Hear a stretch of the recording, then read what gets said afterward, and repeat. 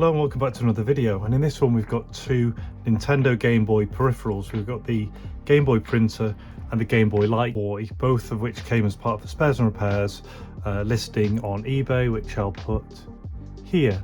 Now I'm not sure how long each one will take. I have repaired these in the past, but you're never too sure what's inside. So what I'm likely going to do is just focus on this one to start with, and then this will probably be in a second video. So starting with the Game Boy printer, a really nice peripheral. It's basically it uses thermal paper, and then rather than any ink or anything, to print out an image. Very simple. You have the power on and off, the feed button to send it through. It works with the Game Boy camera, which I'll show you in a second, and takes a number of batteries. So I've got some bits and bobs from my own collection. So what we have here is the Game Boy printer, the Game Boy camera, and also I'll be using my Game Boy from in here. So this is my Asiware case, which has all the bits and bobs, and as you'll notice, the Light Boy in there that we'll be working on later on. All I need out of here right now will be the Game Boy. We'll also need, unless I've got one in with the printer, we'll need one of the cables. So I'll take this out just so you can see. So this is a working Game Boy printer. I've got a small roll of thermal paper in there that I can use, so I know that works because this seems to have a paper in it, but I'm not sure if that's just till receipt or proper stuff. I've got the instruction booklet, the precautions bit, and yeah, I do have the cable as well, so I can use this cable. So I've got all the bits I need. We just won't be using that one. We've got the Game Boy, and then with all of that we'll be using the camera. It's got its instruction manual in there, but we'll just be using that. So move this back out the way. So basically we'll have this with the camera in, the link cable, and then hopefully our working printer. So first things to do are just have a look over the condition, do some basic function testing, and then we'll take it from there. So I can see there's just some kind of white marks, almost like paint or something just here. That top's not too bad. No damage here around the paper holder, you can see. This paper doesn't feel right. I don't think that's thermal paper. So when we get it up and running, we'll try with this paper, but then we'll use some of the thermal paper from the other one. And then the condition on the back is fine. And then inside, what we can see is, in fact, I'm just going to rip that paper off for now. There's a large amount of corrosion, particularly on this one. Some there. That's really bad there. And some there. So this one may need replacement. What we really just want to do is clean it up and see if we can get it working.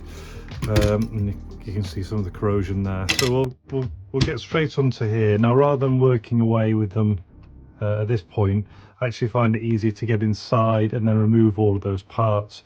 You can see here there are 1, 2, 3, 4, 5, 6 tri-wing screws.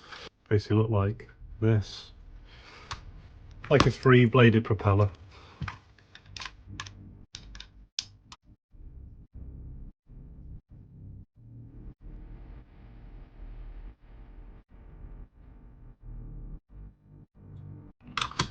Now all the screws are off, you can just lift this out and we can see the mechanics for it. So all you really have is a push button here that will push against the button down there. You select a switch that sits on top of here. Where the paper comes out of the roller there, and that's basically it. It's really filthy inside, so once we've got everything working, we'll also clean all the fluff and everything out of there.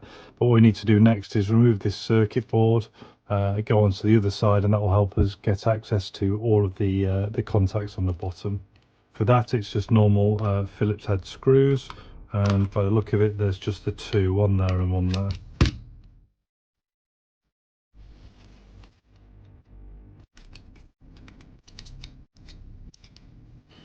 So as that comes away, you can see we just have the one contact that's attached to there,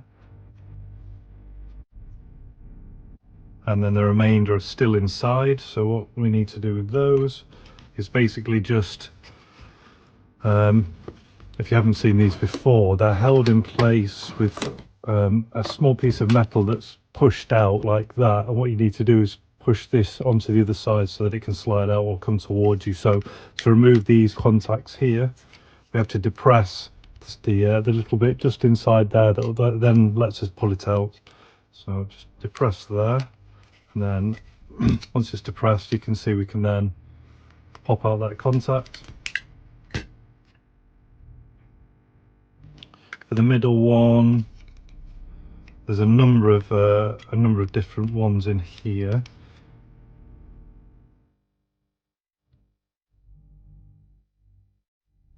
Okay, so it is the same principle. You just need to push all the way down, and then as you can see with this one that dropped out, the legs are kind of bent out when they're inside.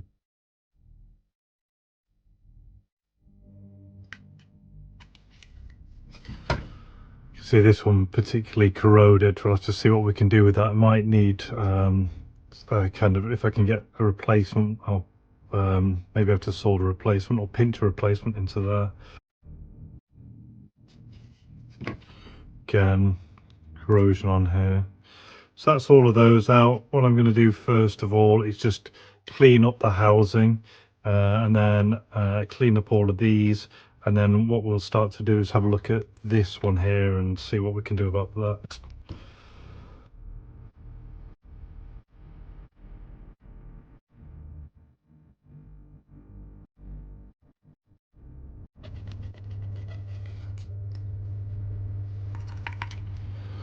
So you're not going to get rid of absolutely everything, but just get in there with something like a wet wipe, get in there with the isopropyl alcohol, and then if there's any little flecks, just use something very gently just to kind of get it off. You're trying to get rid of all those remnants that are in there. So you can see there's just the odd speck here and there, but you know, you can't get 100%.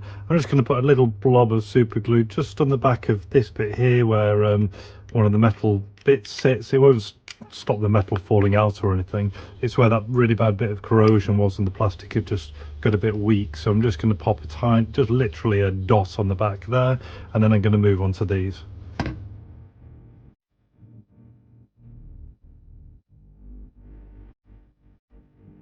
Now, as you can see, I've pulled the coil off. What you can do sometimes, if it's just a small amount of the coil that's damaged, you can kind of just stretch out the remainder to fill the gap. That had kind of virtually totally gone, so I've pulled it out. The base won't be too bad, and what I'm going to try and do is just have a look at my spares, see if I can find a battery contact coil, and then reattach it into here and just clamp it into place. Now, some people, when they clean these up, they kind of leave them in white vinegar and stuff like that. Personally, I prefer to, you know, use my variety of tools that gives me control over it, and it doesn't strip down metal that doesn't have to be stripped down. So that's cleaned up now. I'll see if I can find a coil. So I thought I had something, so I've got this one here, which you can see is kind of very similar in shape and size. It's more of a cylinder rather than a kind of a point, but it won't really make any difference. So I'll take this off here and then attach it into here. Probably just squish it down rather than anything else. Maybe snip it off, we'll see. So that's a good size, it's reaching both. Sometimes I like to coil that extra bit just underneath, but I don't think I'm going to need to on this one. Maybe if I can get it the bottom bit underneath here, and then the rest should sit quite nicely. And now I'm just going to compress it all in, like clamp it all in place. There we go, all good. So I will just see if it will take solder.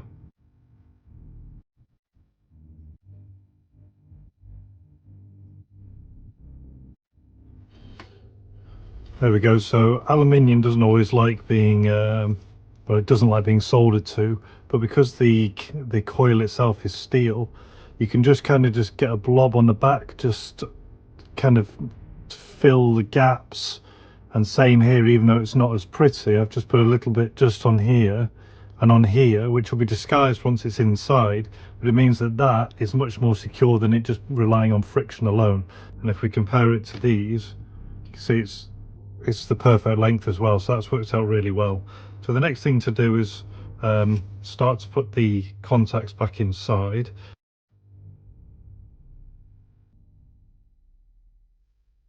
So I want to clean up this one and this one.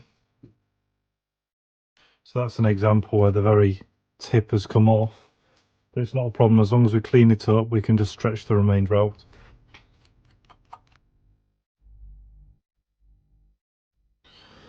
Now you can do this on all of them, but I was fairly happy. But with this one, it's really quite thin at the end, and if you just want to make sure that you're getting that the contact is correct, you can do something called checking continuity. Take your multimeter, put it in the continuity mode, and then what you'll do is you place a wire on one side, sorry, a contact on one side, contact on the other, and you're basically seeing if the electricity and therefore the batteries, when they're in, will pass through. So touching on the back here and then touching the coil at the front there, that's telling me that it's going all the way through. If I wasn't getting that noise, it'd be telling me that there's too much rust or corrosion or whatever on the front, and then you'd have to kind of replace it or go further or keep cleaning.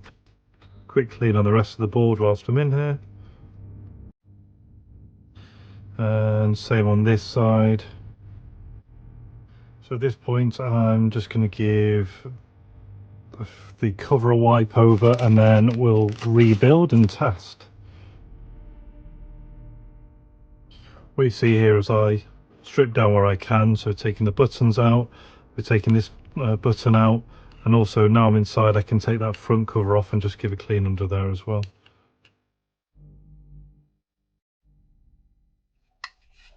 So time to rebuild.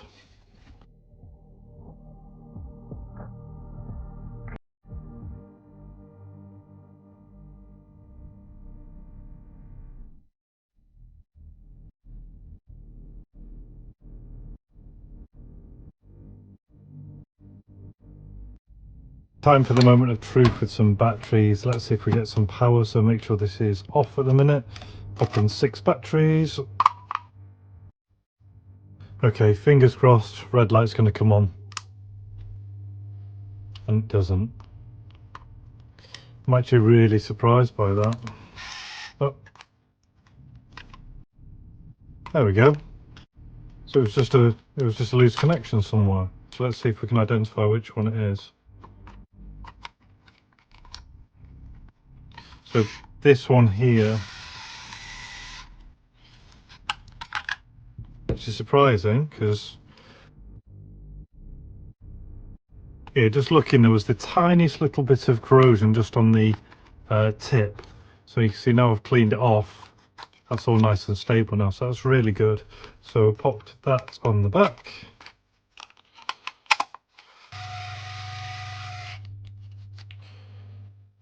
Right, I can't remember how you get the paper fed in. There we go. So the answer seems to be a bit of brute force, just shoving the paper in until it eventually took. So finally we've got some paper in, but we don't know if this is thermal paper or not, which we'll find out in a minute. So we'll stick this back in. So moving on to the Game Boy and the Game Boy camera to see if we can get something printed out. I'm going to need another 2 batteries.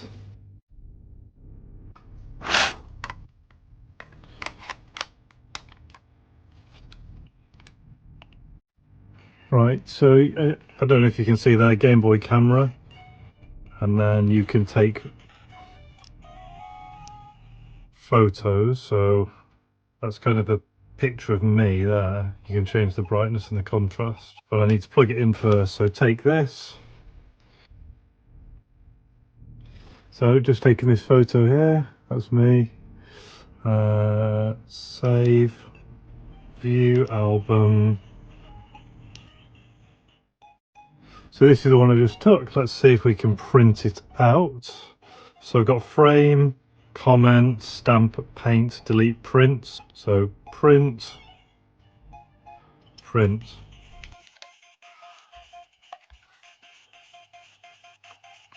Transferring now.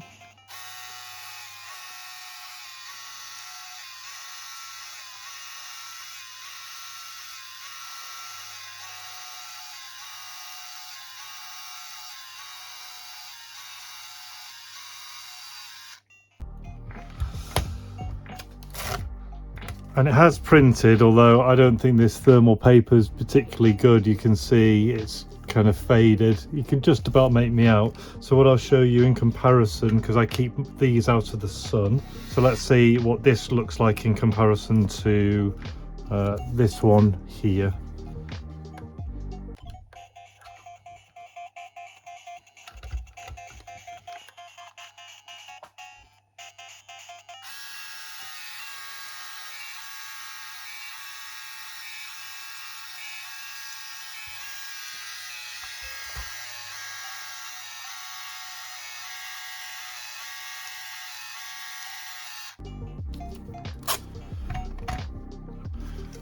I think we'll agree that's all much better or much worse, depending on your opinion. But that's the end of the restoration. And I think this one has been a little longer than I anticipated. But that is the Game Boy printer model MGB-007. That's been completely stripped down, all the contacts and everything cleaned out, tested as well, and good to go.